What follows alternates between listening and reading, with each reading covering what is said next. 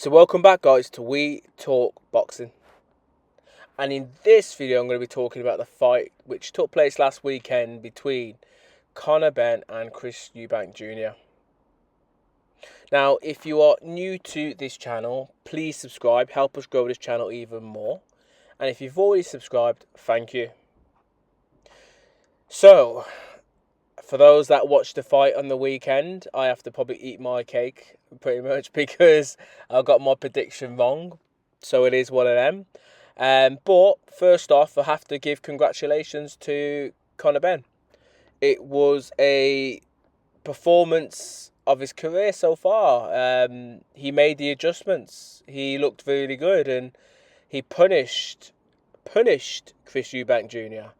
And he knocked him down twice in the last round to pretty much put the icing on the cake, because he was going to get the decision anyway, and he was so close to stopping Chris Eubank Jr. So yeah, I eat my words. I pretty much said that if anything, Eubank Jr. is going to win, but he may be able to get maybe a last minute stoppage.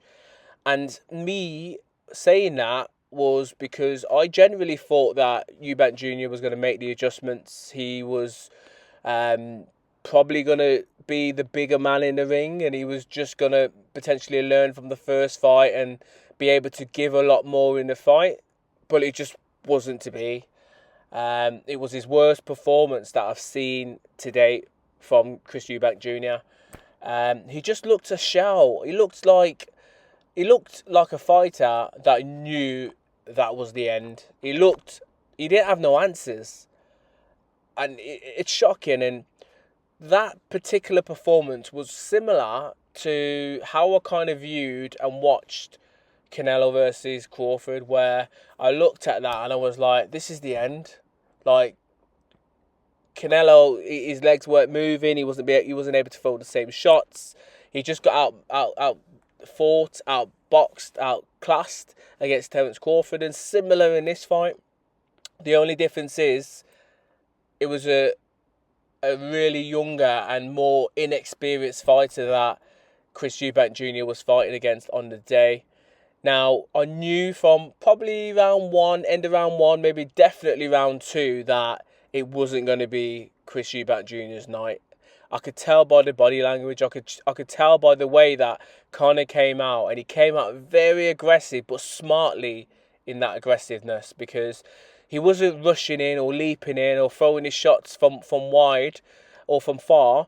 He was literally gauging that distance and then throwing a really good stiff jab, and then, a good body hook to kind of stop him in his tracks, and then the 1-2s. He looked really, really good, and as I said, it was a career best performance for me for Conor Benn. But it was a shell. He fought against a guy that, for me, that could pretty much be it. After the way he got out, he got bullied basically by the younger man, and that's probably the easiest way I could probably say it, because Conor Benn isn't like most of the other middleweights that are going to be around. A lot of the other middleweights are going to be cutting weight to come down to middleweight rather than coming up to middleweight. They're going to be a lot taller, a lot bigger, more reach, powerful. And if he couldn't handle Conor Benn, that's pretty much him done at that weight. He's not a 160 fighter anymore. And he did look weight drained. He did look depleted in himself. There was no energy. There was no will to win. And I know I'm probably rambling in these videos, because for me, I wanted to see a really good fight, especially after the first fight. The first fight was very, very competitive, and you could tell that Chris Eubank Jr. wanted it more. His body was probably similar in terms of, he couldn't really move out of the way of shots, and his footwork wasn't the greatest, or his hand speed wasn't too good, but mind-wise, he wanted it more. He was prepared to get into a proper fight to win the fight in the first fight. And in the second fight, it was a one-sided drumming. It was a one-sided beatdown. That's pretty much what it was, because he didn't offer anything to Conor Benn. And Conor Benn, is not going to have an easier fight than what he did on Saturday night, and I'm telling you how it was. So the answer now is, for me anyway, is where do both men go from this point forward? Now I'm going to start with Conor Benn because I think Conor Benn's probably the easier one of the two. So Conor Benn, for me, has a lot of options. His main target and goal is to go down to 147 and win a welterweight title, especially probably more of the WBC, similar to what his dad won, and that's what he said in the post-fight press conference. So that's what he's setting his targets on. Is that feasible? Probably yes, but he's going to be losing a lot of muscle mass. He's going to potentially be in a similar situation to what Chris Eubank Jr. was on the night that he fought. He's going to really starve and deplete himself. Now, the only way he could change that is if he probably says to his team and stuff, I don't want another fight now for at least 6 months. And the reason why 6 months is because he could have enough time to gradually get down to welterweight limit and to stay and train and spar and have all these little training sessions deep within his camp at that weight, because that's what he's going to need to do to establish himself. If he takes a fight, let's say in the next 4 or 5 months, and he hasn't had time to come down to the weight, and he's really struggling to kill himself in camp, he's going to struggle on fight night. He has got the power to stop and hurt any welterweight, any of these welterweights. But is he going to have that energy? Is he going to have that motivation? Is he going to have that drive, that hunger after a tough weight training camp? I don't know.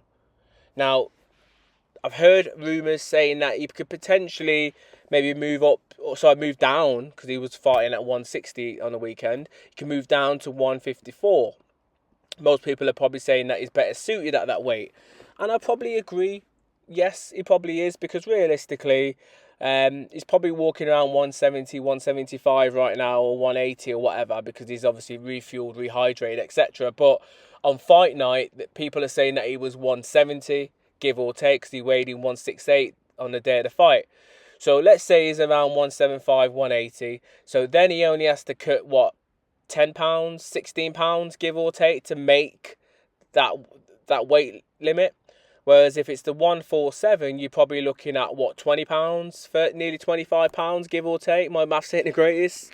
So there's a lot of weight that he would need to cut if he goes down to 147. But 154, yes, he can make 154. But is it the right move for him? Probably not. There's a lot more killers in this division. Now, when you look at the champions in this division, you've got Xander Zayas, up-and-coming talent, class, really good boxer, really skilled, really hungry and motivated. And then you've got someone like a Bakran Mutalayev, I butchered his name, IBF champion, again undefeated, really hungry young champion as well. And then you've got Sebastian Fundora. He's all wrong for me, for Conor Benn. Too big, too massive, too powerful, and really, really good boxer.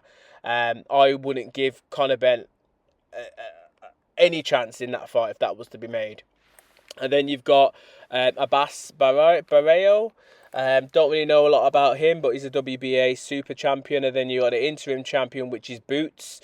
Would I give him a chance against Boots? No. Would I give him a chance against the WBC interim champion, Virgil Ortiz? No. So the 154 is a division that he can make, but the division's too hot for him right now. So yeah, maybe his only chance is to go down to 147 and try and compete there, because the champions there are more beatable. You've got people like Brian Norman Jr. who's fighting this weekend against Devin Haney. You've got Lewis Crocker, who's the IBF champion. You've got Barrios, WBC champion. That's the belt that he wants to try and fight for. And you've got Romero, the WBA champion. Now, I assume once the rankings have been updated that he will be nicely positioned for one of these belts. I just don't know which one it will be at this moment in time. But I feel that he'll probably go down to 147 and try and capture the WBC title. Now, lastly, before I stop this video, because I don't want it to be too long, is Chris Eubank Jr. Where does he go after that? Now, straight away, from what I've seen, if I've seen any boxer fight like that, and they're at his age, straight away I'm calling for that person to retire, because you could just tell in the ring that he had no answers, and he looked like an old man who just couldn't do anything, couldn't move. He just looked done. Okay, so ideally it'd be easy for him to just retire and go and live off and enjoy his money and spend time with his wife or girlfriend or whatever she is before they have their babies. But knowing Chris Eubank Jr. is a bit stubborn like his father, he probably will have one more fight. I don't know who that would be against, and I don't know what weight. But if it's at 160, I don't like that for him, because he's struggled on multiple occasions. Every time he's been down at 160 or a little bit less than 160, he hasn't performed right. It just looks like a depleted, done fighter, basically, and that's probably the easiest way to put it. So I think he should be scrapping that division and not even looking at that division at all. But then his only option is to go to 168. Now, yes, it's an extra £8. He would probably feel a bit better fighting out an extra £8, but there's more not killers in that division, but there's bigger guys in that division, more powerful fighters. The main man at this moment in time is Terence Crawford with all the marbles, and then you've got Canelo, who's probably the next best in that division. Now, if he does go up to 168, which is naturally should be his weight, if you think about it, because as we were younger, we usually move up in terms of weights as we get older. However, if he chooses to go up to 168 for maybe one last payday or big fight, for me, the only man in that division is Canelo Alvarez. That's the only fight he should be looking for.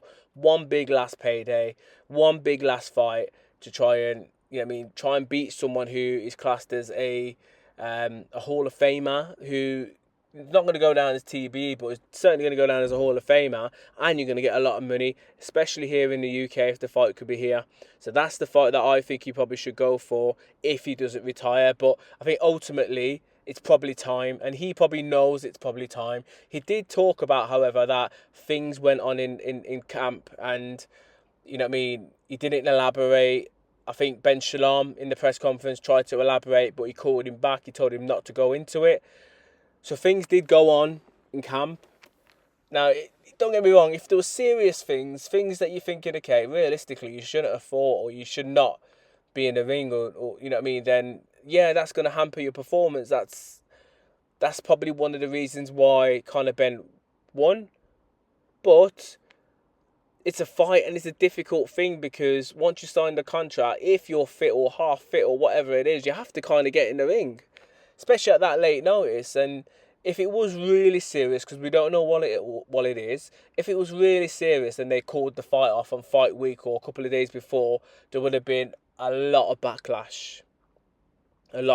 Because that's what happened in the first fight, the first ever time they were meant to fight, way back many years ago. I can't remember exactly when, over 3 years ago, when they first met. It was fight week where Conor got popped for drugs and rah, rah, rah, rah. So that's my thoughts, really. Sad overall fight performance from Chris Eubank Jr. and fight, to be honest. I was expecting it to be a lot more competitive, and not to be a one-sided drumming, I should say. But kind of happy a little bit for the Benns, because the Benns have got some sort of victory now over the Eubanks. Now, if Junior does decide to continue boxing, it's not going to be, I can see a trilogy happening, but it's not going to be straight away.